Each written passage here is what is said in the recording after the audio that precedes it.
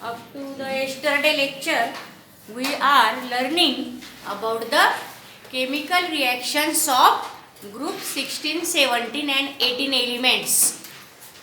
Now we already learned about the reactivity of these group elements 16, 17 and 18 with, that is the oxidation states of that.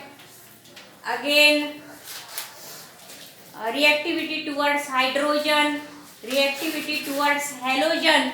Now today we are learning about the reactivity towards oxygen. Now let us first see about the group 16 element. Now these group 16 elements, that is oxygen, sulfur, selenium and tellurium, all these forms two types of oxides with that of the oxygen, and the types are EO2 and EO3. E means 16 group element. It may be oxygen, sulfur, selenium, tellurium or polonium. Now let us first see the EO2 type of oxides. Now this EO2 type of oxides, in case of oxygen, which that will be? O3, because E means oxygen and O2. O plus O2 gives O3. Remember that. O3 is the EO2 type of oxide of oxygen.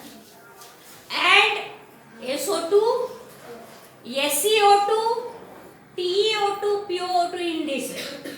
Now, these oxides of EO2 type are acidic in nature. That means when they react with water, they form the acids. For example, SO2 plus H2O gives H2SO3 sulfurous acid, and ACO2 plus H2O gives H2SeO3, that is the selenious acid. Now see on the blackboard, selenious acid. And the reducing properties of these oxides, these are reducing. That means SO2 is reducing. We know that because when we pass the SO2 gas on the colored matter, it decolorized that, because SO2 is the decolorizing agent. It decolorizes the colorful substances. So it has somewhat reducing property. That means they reduces the other substance. But this reducing property decreases as we go from top to bottom into these 16 groups oxides. That means this TeO2, that is the tellurium oxide, is not the reducing agent. It acts as the oxidizing agent. So the reducing property of these EO2 type of oxide decreases as we go from SO2 to Te. SO2 is the reducing gas and tellurium dioxide is the oxidizing gas. Remember that. Now the E2 type of oxides such as O3 and SO2 are gases, but from selenium dioxide is the solid substance. Remember that. Now let us see the EO3 type of oxides. Now these EO3 type of oxides are also acidic in nature. For example, SO3, SeO3, TeO3, etc. They are also acidic in nature, and when they react with water, they form the acid. We know that the SO3 gas, that is the sulfur trioxide gas, in the contact process, when reacts with water, it forms the sulfuric acid, H2SO4. Similarly, the SeO3 plus water form the H2SeO4, that is the selenic acid, and tellurium oxides, trioxide form the with water, that is the H2TeO4, that is the telluric acid. Thus, these both types of oxides are generally acidic in nature. Now let us see the oxides of group 17 elements.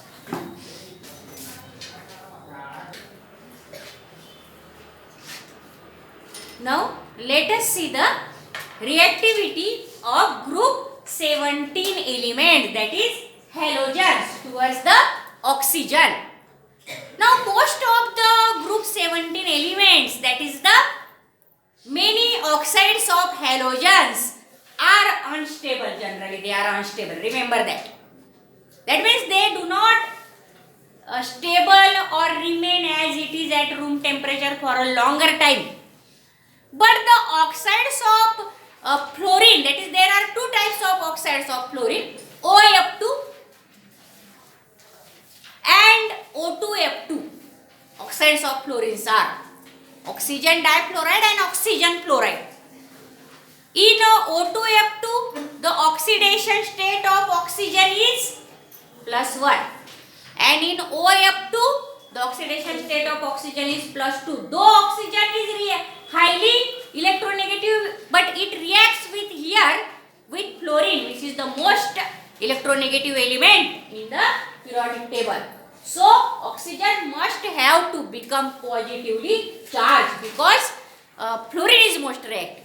But out of these two oxides of fluorine, only the that is the oxygen difluoride OF2 is the thermally stable, about 25 degrees centigrade, that is 298 Kelvin. Now both of these oxides are strong fluorinating agents. What is mean by fluorinating agent? They provide fluorine to the other substances.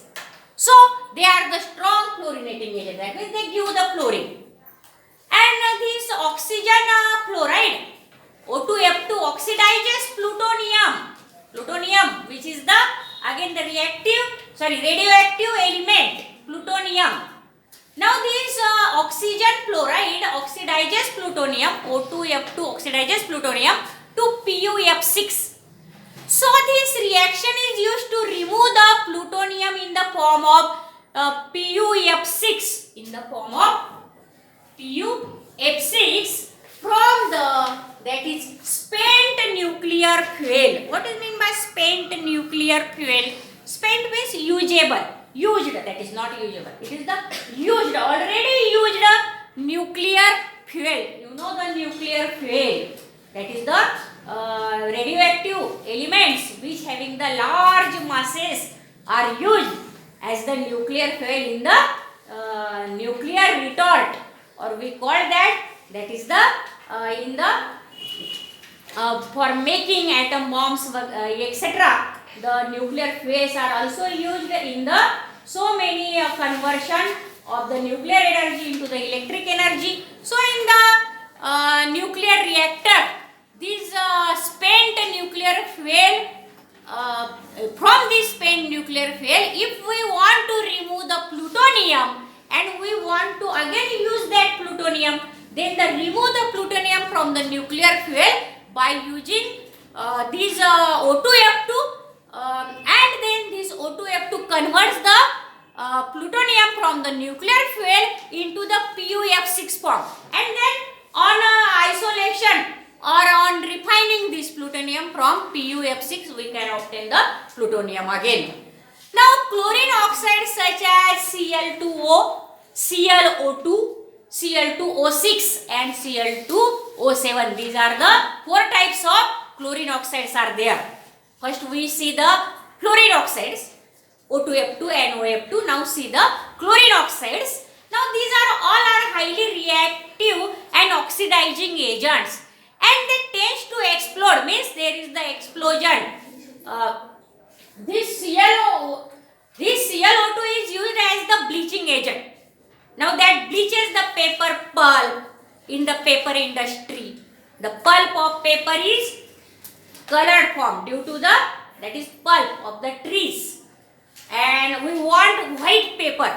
So for bleaching the paper pulp, the textiles means, that is the there are so many, we have clothes, and if we want the white textile from that, it first bleaches with this ClO2. It's very useful oxide of the chlorine, and also for the treatment of water, for purification of the, that is the used water.